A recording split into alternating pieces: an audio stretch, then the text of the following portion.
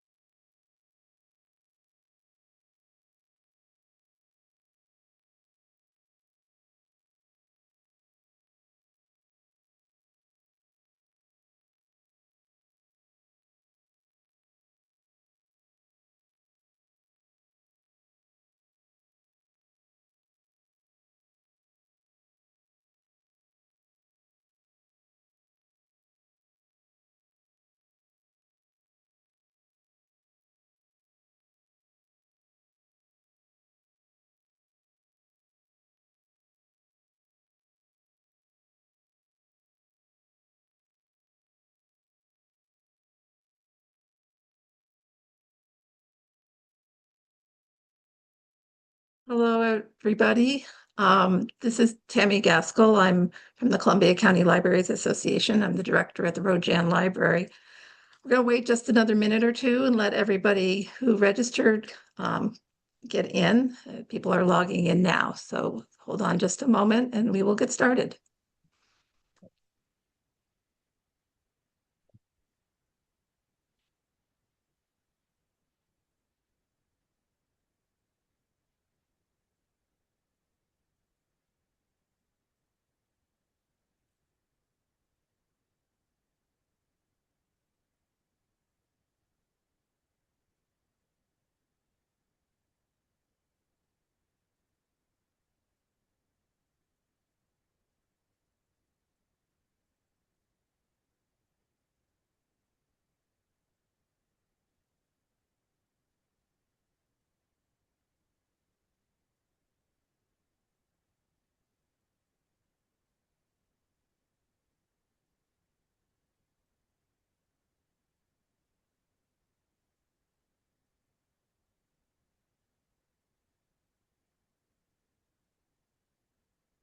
Okay, well, I think we can get started. People may still continue to come in, but it looks like we've got quite a few of people already logged on. Again, my name is Tammy Gaskell. I'm the director of the Rojan Library and a member of the Columbia County Libraries Association, which is bringing this program to you, along with the Cornell Cooperative Extension of Columbia-Greene counties. This program will be recorded, so it will be available on the Columbia County Libraries Association website after probably in a couple of days. So if you want to go back or share it with friends, it will be there. Just a couple of housekeeping items. Because this is a Zoom webinar and we can't see everybody and you are not able to talk, please put your questions in the Q&A at the bottom of your screen. And we will get to those at the end of Marianne's presentation. You will also be able to raise your hand later on using the little hand raising feature at the bottom, and I can call on you and unmute you if you'd like to ask your question. Finally, if more than one of you is watching on your screen, could you please put that in the chat and let us know how many people, so we have a better idea of how many people are attending.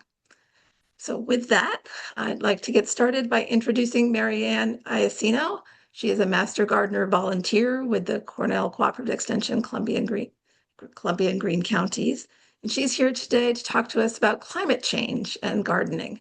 It's a little hard with all that snow out there to think about gardening, but the warm weather the last couple of days helps make it seem a little more possible in the near future. So with no further ado, I'm going to turn it over to Marianne. Thank you so much, Tammy, and thank you for everyone who's joined in the Zoom tonight. Some of this information you might be acquainted with, and maybe we'll give you some new aspects on some things that we can do to minimize our impact when we garden. What we're going to cover is how gardeners can limit their impact. We're going to cover water conservation and controlling water runoff, reducing fossil fuel energy use, dealing with yard and garden waste in a sound way, plant selection, and a little bit on soil health. Well, we've heard all these things. How many times? What is it? How has climate change impacting us? We're getting more frequent and severe weather extremes, heat waves, droughts, floods, bad storms, expansion of harmful invasive species and diseases. Every year we have a new critter or a new plant that's creeping in from a other growing zone. Disruption of ecosystems because some organisms in the ecosystems are disappearing, extinction of thousands of species, and changing plant hardiness zone. You may be aware that we're right here in my area in Greenport, we were in zone 5A, and now we're actually zone 6. So it's getting a little bit warmer for some of our plantings. So when I think of the whole problem with climate change, I can't approach it from this aspect. This is just too big for me. I could zoom in and say, okay, what can I do within my own country? I can join organizations, conservation groups, organizations that are actively doing something to address some of these problems. I could think about the state level and do the same thing. I could think at real local level. And most importantly for me is I can look in my own backyard. This is an aerial view of my property, some of it. And that little patch right here, this right here is my garden. Doesn't look like much, keeps me busy. It's about 10 by 30. Yeah, and that's where I can do something to do something about my impact on the ecosystems. Okay, what am I talking about? We're going to talk about practicing sustainability. That means meeting the needs of the present without compromising the needs of the future. What can I do? I'm going to need things like, water and fuel and all these things just to have my garden, but how can I do it in a sound thinking way? There are 6 practices that we're going to talk about. The first one is conserving water. In the early 1980s, I had the opportunity to hear Philippe Cousteau, his father Jacques Cousteau was the oceanographer. His son Philippe Cousteau gave a speech in Poughkeepsie, and he talked about this very thing. He talked about back then, we think of our planet as being mostly water. We knew this from grade school. The Earth is made of 3/4 water and 1/4 land.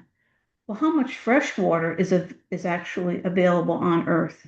Actually, not very much. Most of it's trapped in the polar ice caps, and the rest is what's available. It's in groundwater. When we think about that, how are we using water wisely, and what can we do to use it wisely and not waste it? And we're in a country, we're in a country where this isn't an issue. Some areas of the world we know are water is a big political issue. Okay, so we want to meet the challenge of using resources without stressing water reserves. Nationwide, water in lawns and gardens accounts for nearly 1/3 of residential use, totaling 9 billion gallons a day, which with as much as 50% lost to evaporation, wind, and runoff. That's a lot of water nationwide we use. And if we think about, well, what do I use? Okay, I found this little pie chart that kind of breaks down how much water the average American uses, 300 gallons a day. 70% of it's indoors. If you think about it, we can break down the pie chart a little bit. Clothes washing, what we use in the sinks, showers, just the basic keeping clean. And then things we may not pay attention to is, leaks, dripping faucets, toilets that don't completely shut off, and then just other incidental uses that make up the whole pie chart. If you have an old clothes washer, you use probably around 41 gallons of water for 1 load of wash. The high E washers use about 15 gallons less per load of wash. If you take an 8-minute shower, you've just consumed 20 gallons of water. So this is something we can think about. How do we use and consume water? If you have a teenager in the house, the water consumption is even higher. What do they do in the shower? It's like the shower's running and running and running. Okay, in our garden, the general rule, what do plants need? They need about 1 inch per week. One inch per week is lost just through evapotranspiration. So your garden's going to need about 1 inch of water each week. What's that mean? Well, if you have a 100-foot square garden, a 10 by 10 garden, that's 60 to 65 to 70 gallons of water every week. And of course, you're going to use less when it's cool, still, cloudy, or humid. And up to about 2 inches per week is lost when it's very hot, dry, and sunny. So our gardens are going to consume water. If you want to have successful plants, you're going to need at least 1 inch a week or more if it's hot. How can we water wisely? Well, we need to water through deep watering. You need to get the water down in the roots. That's where it's going to be absorbed for the plant. Watering overhead with those waving sprinklers is really not efficient at all. We'll talk a little bit more about that. You want to water in the morning or early afternoon so the leaves can dry off before nightfall. If you water at night, you're going to have so much moisture on your vegetation that you're going to be inviting fungus and diseases on your vegetable crops and in your garden.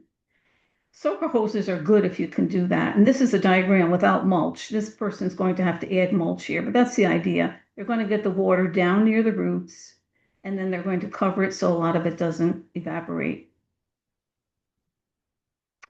Of course, if we can water on an overcast day, that would be nice. It evaporates less quickly. You can keep track of how much you're watering by using a small container. Even you might be thinking, well, what does an inch of watering look like? You can, even after a rainfall, you can get a rain gauge or recycle a tuna fish can or another container marked off in increments of an inch. Okay, how about incorporating water that's falling and running off and getting lost? We can reduce water consumption by using rain barrels.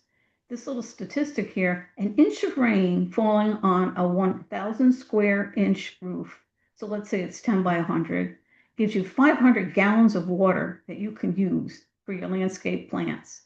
Here's one picture of a rain barrel. I should have mentioned right at the beginning, I sent Tammy a list of resources that with URLs for websites for more information. If you think you might want to install a rain barrel, one of the resources goes into great detail on how to construct it. For instance, do you have a downspout? It'll give you a little worksheet. Do you want to have it with a interrupter so that you'll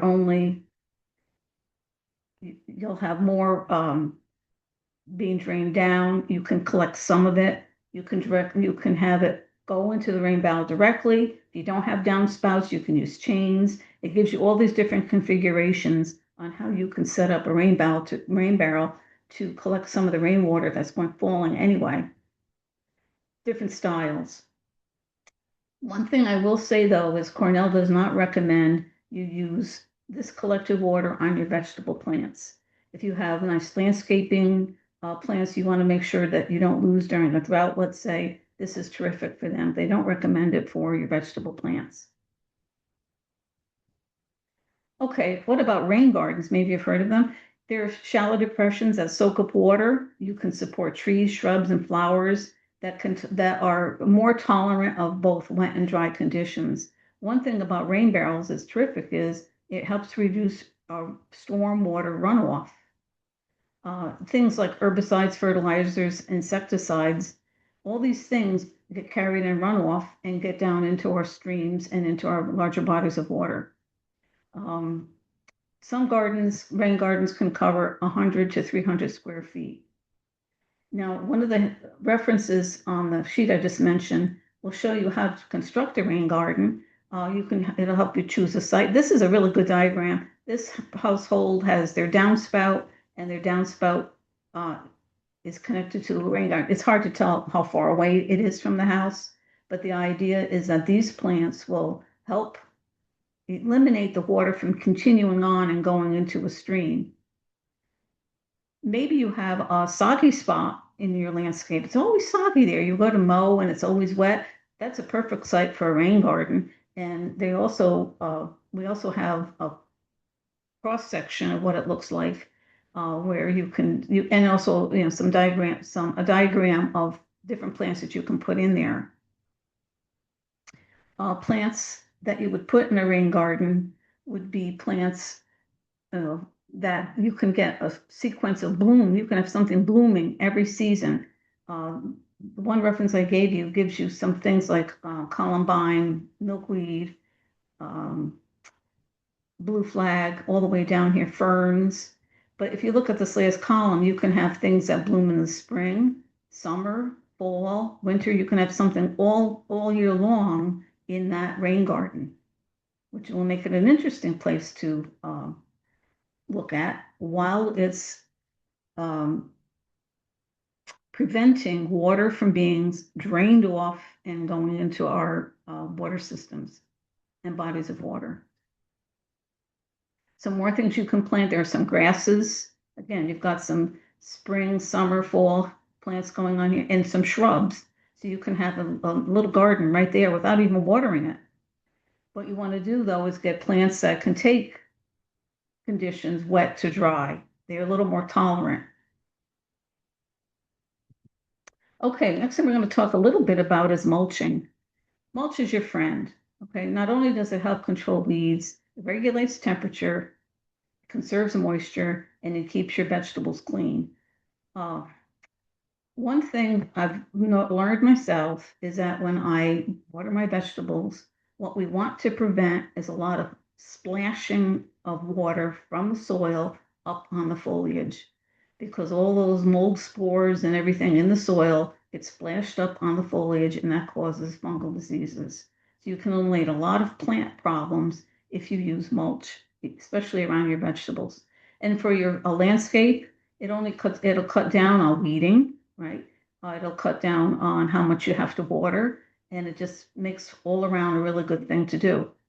One thing I've learned too is stabilizing that mulch. Sometimes that mulch just gets, what I put down, I put a little bit of everything down. I have a picture coming up.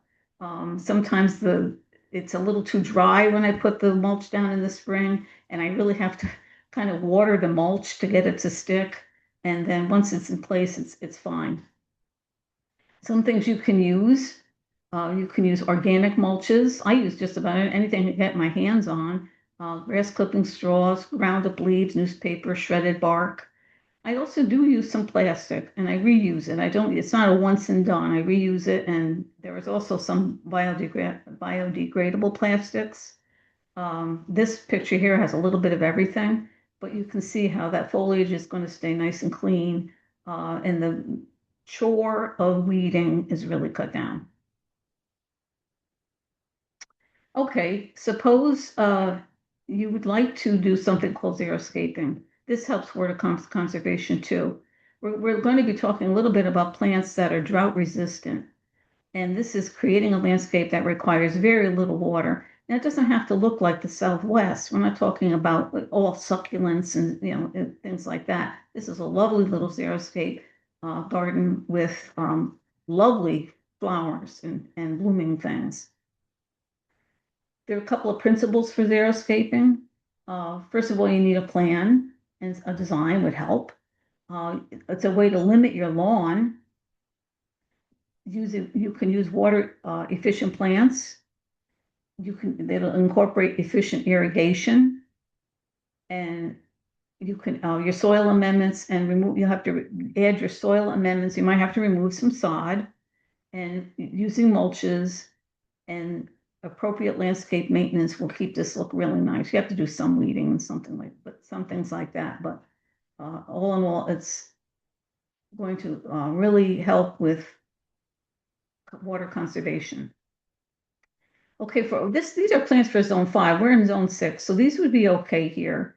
There's lots of ornamental grasses that are perfect for xeriscaping, like Japanese bloodgrass, fountain grass, blue fescue.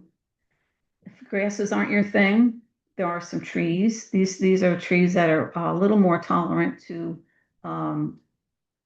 dry conditions. Evergreens like yews and firs, and your annuals. These annuals are with some mulch, are pretty tolerant for xeriscaping as well as these shrubs. Yeah, one thing I noticed isn't here are roses. Roses are a little more, I wouldn't call them a xeriscape plant. These are a little more tolerant to little drier conditions. And we have some perennials. So there's lots of choices. You can have a really stunning xeriscape landscape and you'd be conserving water. And like I said, it wouldn't look like you're in the Southwest. It'd be very pretty. And you can have a sequence of bloom right from summer all the way till fall. And winter interest too, with some of those shrubs and evergreens. All right, I'm sure you've had discussions on native plants. So just talk about them briefly. Native plants are better because they're better adapted to regional climate variation. This often results in native plants' success without excessive watering, fertilizer, and pesticide. And native plants will also provide beneficial habitats for birds and beneficial insects, which we'll talk about in a little bit. There's one resource on your sheet from the DEC. I found this was very handy because it gives you one portion. This is just a screenshot. It gives you native flowers. It'll give you important planting information, the height. These will grow in our zone. There's lots of lovely native plants that are, sometimes people say native plants they don't have any color. Yes, they do. And this one resource from the DEC is a good one for that. Shrubs. There's some nice, lovely shrubs that are great for incorporating native plants in your garden. The DEC also goes on to many more plants. We wouldn't have time to go into all of that. Okay, so we've got water. We've got some ways to conserve water. We've got some ways of incorporating rain barrels, rain gardens, mulching, xeriscaping, and incorporating plants that are a little more tolerant of conditions. What else can we do to minimize our impact? And that is reducing fossil fuel use. And we have heard so much about greenhouse gases. These are gases in the atmosphere that prevent heat from escaping. And the ones that we can probably do something about are carbon dioxide and methane, because these are things that are byproducts of fuel consumption. I tried to find a diagram that would help explain the greenhouse effect a little bit. So I found this image of, here are when things are normal, so the sun's radiation can come in, and when there's not a buildup of carbon dioxide, it can escape. So everything's in a happy balance. Comes in, goes out. When there's too many greenhouse gases in particular, the radiation comes in, but it doesn't escape fast enough. So we get temperatures going up. And this is having an impact, on the icebergs and ice cap. So what can we do about this? Well, let's see what we can do about consuming fossil fuels. If we all want our lawn, if you're going to use a lawnmower, or make sure it's working properly. Just have it, do your maintenance. That'll cut down on pollution. If you can, You can use more human power. If your property is too big, well, then you're going to have to rely on something fuel, either electric or fuel powered. Some weeds can be pulled by hand. You don't have to have chemicals to take care of them. It's good exercise. And reduce the size of your lawn. Replace some of those beds with a rain garden or shrubs or something that bring in more mulch. Reduce the size of the areas that are going to require weekly mowing. Another thing we can do is select your landscaping. If you have properly spaced trees and shrubs and ground covers, this will help reduce energy costs. This diagram at the bottom says it all. If you have properly placed trees in the summer, they're going to keep your house cool. And in the winter, the sun will come in and help keep your house warm. I learned this lesson. I knew this lesson, but learned it up close and personal. At my home, we had two very large maple trees in the front of the house. They were here when we bought the house. The house was built in the 70s. One of the trees was 80 feet tall. Okay. One day I went out and I noticed that there's a little hole in the base of that tree. What is that? So I got the handle of the rake and I put it in the hole and it went into the trunk.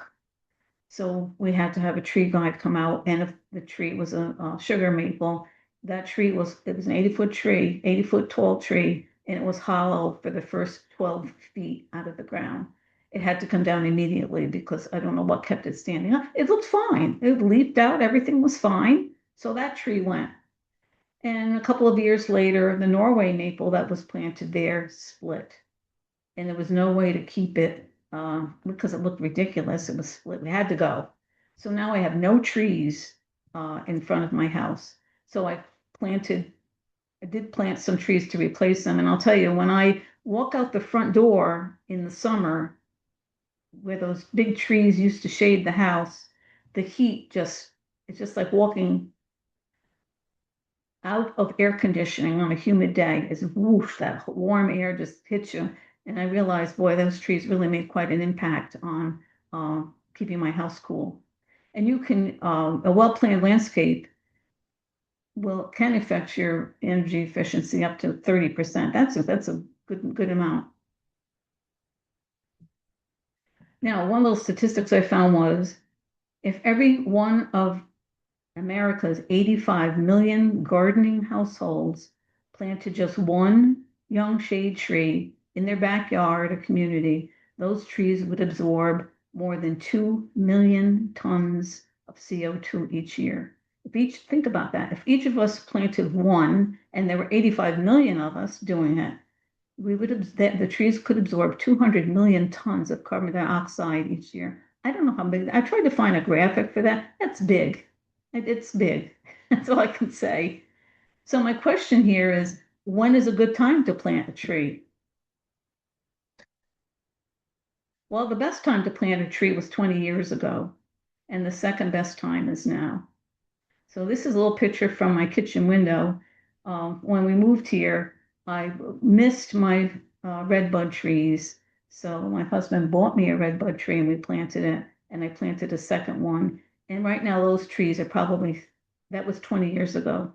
And these trees are probably 3 times that size now. So if we all could do that one little thing, plant a tree, it would make an impact. Okay, another area is waste. I don't like waste. I try to reuse things. I try to cut down on my consumption. I grew up with a generation of Depression era parents who didn't waste anything. We recycled everything you can think of. And remember, maybe there was a phrase you remember from your childhood. That generation could make do. They could use something, even if it was worn out a little bit. They didn't just quickly go out and replace it with something. They made do, they fixed it. They extended the life. Today, everything has a built-in obsolescence, so to speak. You can't repair anything pretty much. Although my parents, especially my father, had skills to repair just about anything. That's what they did. They grew up with that, and that's what they instilled in us. So I'm kind of a stickler for not wasting, and it does drive my family crazy sometimes. Um, the 5 R's of zero waste is I try not to use a lot of plastic and paper products. I try to recycle some things the best I can. We can reduce by downsizing what we purchase and be more mindful of what we really need. Reusing things, try to keep an item out of the landfill by keeping it in great condition, repairing or upcycling when it breaks. A lot of websites now have hacks on how to reuse different things. We can also set up a compost system for our vegetable scraps and make use of the organic material. And we can properly recycle any plastic. Well, I think we pretty much, almost everybody does that, I think. Okay, in terms of the garden, what can you do? Well, let's deal with yard and garden waste in a sound way. If you're in your lawn, you don't have to collect lawn clippings. Removing them depletes the soil of nutrients and organic matter. Let them go. It's not going to, unless you let the lawn grow and you're going to mow it when it's 8 inches tall, then you've got a little problem. But you can mow your lawn 4 inches tall, and mowing it, all that clippings are returned back into the soil. If you have a mulching lawnmower, that's even better. There are no lawn clippings. And if you do collect your lawn clippings, add them to the compost pile. Oh, another thing we can do in our gardens, and don't send leaves to the landfill. You can chop them up and use them for mulch. You can compost them. You can develop your own compost pile so you can return valuable plant material back into the soil. And we don't want to send plant-based garden waste into the landfill if we can help it. So we'll talk a little bit about composting. And I'm sure you're familiar with composting, so we'll just go over this briefly. We have decayed organic matter. We're creating a slow natural decomposition process, and we're hoping to get a humus-like material rich in plant nutrients, and people refer to it as gardener's black gold. Now, this beehive diagram is just an illustration. Of course, the compost pile isn't going to look like this, but the idea is we're going to layer browns and green material. The green material is high in nitrogen, and the brown material is high in carbon. We're looking for a ratio of 30-to-1 carbon to nitrogen. So it's not going to look like this evenly stacked layer cake, but it's just to illustrate that. So we're going to lay our grass clippings, twigs, leaves with kitchen scraps, vegetable kitchen scraps, grass clippings, coffee grounds, seaweed, manures, but not cow manure. And hopefully we're not going to include meats, dairy products, anything with animal-based things. Dog, cat, and pig and human manures. We don't want to do that. Diseased plants, they really need to be disposed of. Grass clippings with herbicides. You might be tempted to go by and see someone has collected their grass clippings and left them in a bag at their end of the driveway for you to be picked up. Be cautious of that, because you don't know what they put on their grass. They may be loaded with herbicides, and you don't want to add that to your compost pile. We don't want weeds with a lot of seeds. Black walnut has a toxin in it that will inhibit growth. And we want to be wary of things that decompose slowly, like citrus rinds, pine needles, and cardboard. And we don't want invasive plants in our compost pile. I'm going to tell you, one of our master gardeners shares, she composts everything, even cotton clothing, when possible. It'll all decompose. When is it ready? When you have a dark brown color, it's crumbly, loose, like humus, smells earthy, and there's no recognizable plant parts left. And it's going to be about 1/3 of the original volume that you start with. So we have the way to conserve water, we can conserve fuel, we can conserve wasting. Another thing that will help in mitigating climate change is selecting right plants. In our lawn, we might want to consider drought tolerant grasses that are going to require less watering. We already talked about reducing water consumption by using drought tolerant plants like native plants. And we want plants that perform well in our area and have few problems. One chart that's in our reference in the handout will tell you a little bit more about some drought tolerant plants, not only native, some other ones, gives you the color of what color they're going to bloom. They don't have to be drab. It gives you the season they bloom. And it's a nice little reference to add to your native plants to give you a landscape that is climate friendly. Okay, another thing about selecting plants, think about planting a wide variety of plants, which will give habitats to beneficial insects, and they also reduce damage from periodic diseases. You want when we talk about attracting beneficial insects, we're talking about things like ladybugs and damsel bugs and arachnid wasp. Having a hard time talking tonight. If we can attract these beneficial insects into our garden, how would we do that? Well, you can plant some things that they like some herbs, dill, clover, alfalfa, caraway. Lots of herbs attract these beneficial insects. What are they good for? Well, they're good for getting rid of aphids, slugs, spider bites, aphids. But aphids are the big one. Caterpillars. So if we can attract these beneficial insects into our garden, we can do that by using these plants. And seeing is believing. If you can get these bugs to kill the bad guys in your garden without using pesticides, I think it's a win-win. Now, if you have the way to get them in there is to plant plants that will attract them and keep them there. There's also plants that repel insects. If you have a problem with looking for cabbage maggots, garlic, marigolds, radishes, sage, tansy, thyme, these plants will repel these insects. Codling moth, garlic can repel codling moth.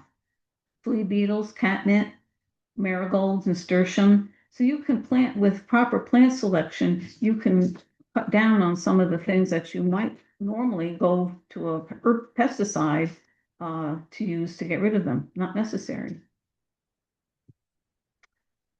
The other thing we can do is accept some minor insect damage. Some little tiny things we can cut away. We can probably live with that. Spraying with a pesticide can be harmful because it also will kill the beneficial insects that are there. So that's two things we can do. Tolerate some damage and try to eliminate them. So eliminate pesticides so we're not killing the good guys. Okay, let's talk a little bit about soil health. In our lawn, we can get a soil test before you add fertilizer or lime. Why fertilizer? You may not need it. Let's talk a little bit about that. We're going to talk a little bit about pH. If you have an aquarium or a swimming pool, you understand pH, the balance of hydrogen to hydroxy ions. You can do this every 2 to 3 years. Fertilize according to the soil test recommendations and don't exceed the labeled directions. Oh, a little bit was good. Let's add a little more. Not necessary. Don't do that. The addition of nitrogen, sulfur can lower pH over time. So your soil pH may have changed since you started gardening there 15 years ago. You might want to have your soil tested for pH to see what the balance is. Most plants like the pH between 6.5 and 7, especially vegetables. The best time to fertilize is in the fall. I know everybody starts thinking about planting in the spring. You probably need more time for that. If you amend the soil to raise the acidity or drop it or drop the alkalinity, you may need more time than just a few months. You may need a whole winter season to do that. How do you take a soil test? Well, if you have, let's say a 10 by 30 garden, you want to go take random samples. You want to go down where the roots are, 6 to 8 inches deep. I can't tell you how many times we get soil samples in our office and there's mulch in it. You're not going deep enough. You have to go down where the roots are if that's what you're trying to change, the pH. We don't need a lot of soil either. A quarter of a cup is more than enough.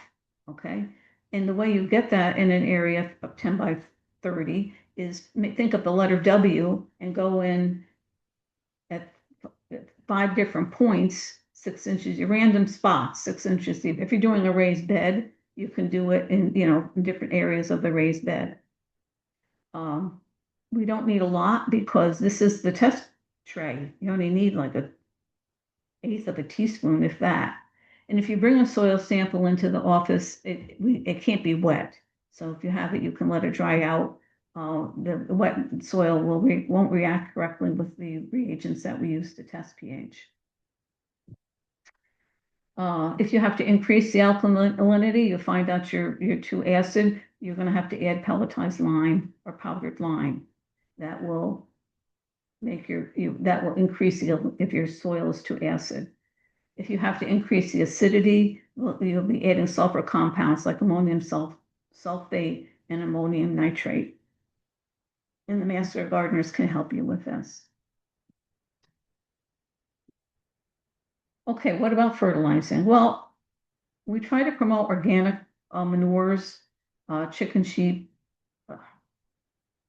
These are organic manures, chicken, sheep, cattle, pig, and horse. You can also add additional organic amendments with bone meal, fish meal, compost. Okay, so there's different kinds of organic things we can add.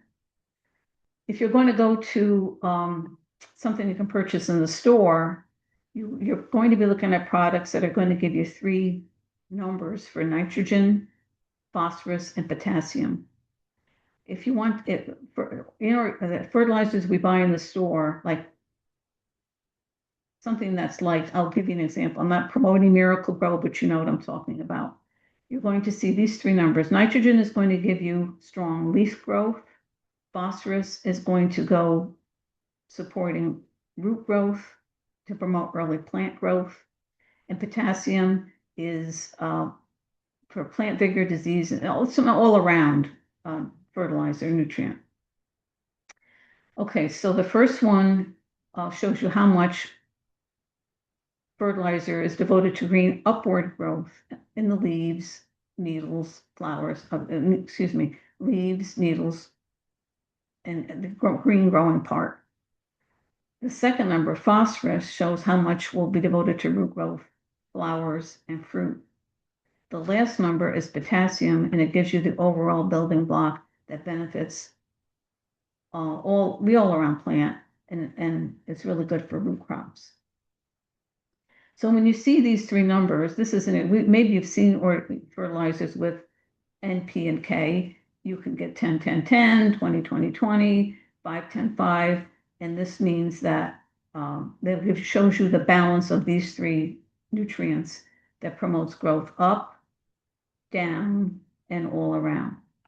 And when you buy fertilizer, these 3 numbers have to appear on the product in the same order. If you're buying something with no potassium, like bone meal, then the number is going to be 0. That means there's no potassium in this product. There's nitrogen and phosphorus and no potassium. So that's what those numbers are on the bags of fertilizer. So there's something here that we can use. This is on the reference sheet. How are you doing? How do you compare with other households? This website you can put in, you can get right down to the nitty gritty and put in your electric bills, your fuel, your fuel consumption, and get to see how you compare to the general population. Are you doing well? Could you do better? So this is a nice a nice exercise. This is just a screenshot, and I can't go to the website to show you the different parts of it. But you can kind of gauge yourself to see how can I improve? Am I wasting too much water? Am I using too much fuel?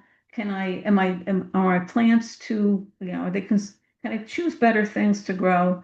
We all have our favorite plants, and we all want our favorite plants and vegetables, but we can see how we're doing and maybe see if there's any way we can improve our impact on our climate.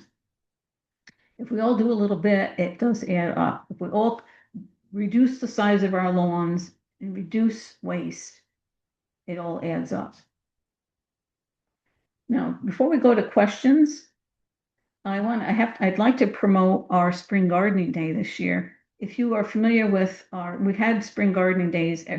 Was the world before COVID different than today? Before COVID, we used to host our spring gardening days at Columbia-Greene Community College, and they were a huge success. And then COVID hit, and we tried virtual classes. We gradually have trying to bring this back. This year, we have our spring gardening day, March 28th, from 8:30 to 3:30. We're going to have vendors, classes, a keynote speaker, and refreshments. The website is columbiagreene.org/events. The cost of a class is $45. It's going to be at the Hudson Junior High. We have our keynote speaker, Carolyn Summers, who's an author, nationally recognized landscape architect and author. She will be giving our keynote address. And we have a new format this year. We're going to have tracks. If you're interested in garden basics, we have a series of classes that cover some of the stuff we talked about today, like composting, seed starting, garden skills. We have another track of garden maintenance and management. If you're interested in invasive plants and pest identification, we have the food gardening track. We have a non-food gardening track, and we have a track for wildlife and habitat. So there's 3 different tracks, and you can pick different classes based on your area of interest. Let me just, I don't have the breakdown here. The day starts at, the day starts at 8:30. The first group of classes go from 8:30 to 10:15. There are 5 classes to select from in that first section. From 10:25 to 11:25, there's 5 more classes to pick from. We have a little lunch, and then from 12:35 to 1:35, we have another session of 5 classes. And at the end of those 3 sessions will be our keynote speaker. We have vendors that are going to have things for raffling. Of the things are going to be selling, all gardening related. And it's a nice day to meet people who have common interests, and maybe you can get some answers to some gardening questions that you were thinking about, or maybe you've always wanted to learn something different in terms of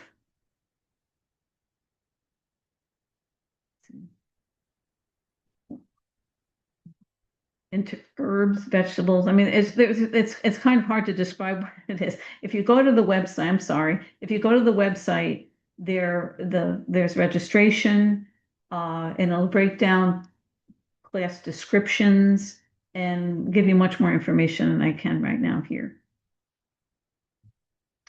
So Tammy, do we have any questions?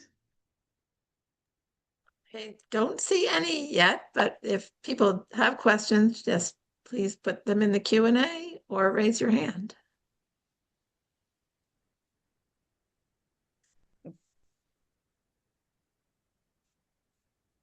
Give people a minute to. Some of the material I know is, like composting and the native plants are topics people probably have heard of before. But some of the resources I gave you on the resource sheet, will they be able to get them via email? Yeah, so everybody who registered got the sheet. I Okay, sent that out. I'll also, well, when we post the video, we can probably post the handout along with that, so people can get that off of the Columbia County Library's website. okay. So there's some things here that uh, even though we know about native plants, I always pick up another piece of information that I didn't think of, or especially the sequence of bloom. A lot of people think well, they're native plants, they're blah. They have any color. Yes, they do. They have lots of color. You just have to pick the right ones. Or maybe you'd like to include native plants in your landscape, and your landscape is a certain, maybe you go with pastels. Maybe you have a hot colored bed with yellows and reds in it, and you want a native plant that will enhance that or fit in. So there's lots of different ways of looking at these things. Okay, I do have one question here. It says, we all have problems with deer eating plants. Many of the plants you suggested are eaten by deer. Any suggestions about how to focus on deer-resistant plants? That's one resource I didn't include, but it is on the Columbia-Greene CCE website. We have a whole section on deer-resistant plants. If I could go to on the web right now, I could pull it up. I even had deer eat gooseneck loosestrife. I mean, and it's the middle of summer. There's all this green things everywhere, and they actually removed all the flowers on the gooseneck loosestrife of all things. Um, if you have something it's a lovely plant and you really don't want it to be destroyed, then you need some physical barriers. I've tried every configuration of folklore and if they'll eat it. I'm sorry, they will. I even had one eat rhubarb leaves. I said, well, I hope you have a good stomach ache from eating those rhubarb leaves because that was really a shocker. But we do have it on the web. Seriously, we do have it on the website. And sometimes it is just a matter of fencing, and sometimes the fences are obnoxious. Maybe there's a way you can incorporate, or I mean, there's lots of little tricks. You can put your favorite plants maybe behind some uh, less favorite plants. But deer have a their eyesight's not so good, but their sense of smell is amazing. That's why some concoctions of deer repellents work the way they do, because if it doesn't smell good, they're not going to eat it. But you have to be, every time you put on one of those smelly deterrents, every time it rains, you're going to have to reapply it. So if you have a large flowering area, it's tough.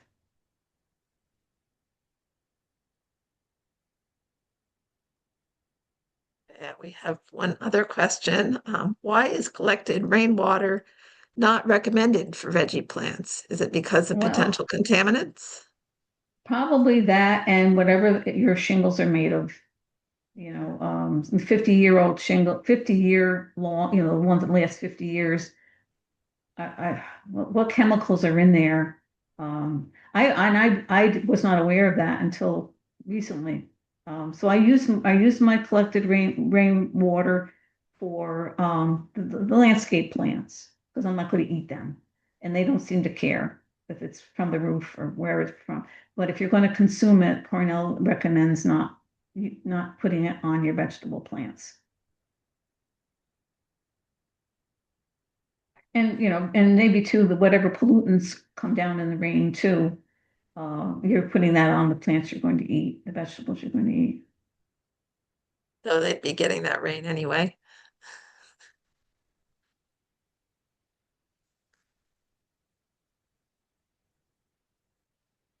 Okay, well, I don't see any more questions, so if there are no more questions, I just want to thank Mary Ann. As I said, we will post this on the Columbia County Library's website later this week, along with this handout with all these useful resources. So yes, spring is coming and we can start thinking about our gardens now. So thank you, Mary Ann. Thank you very much for being so gracious. Okay, bye. Bye-bye.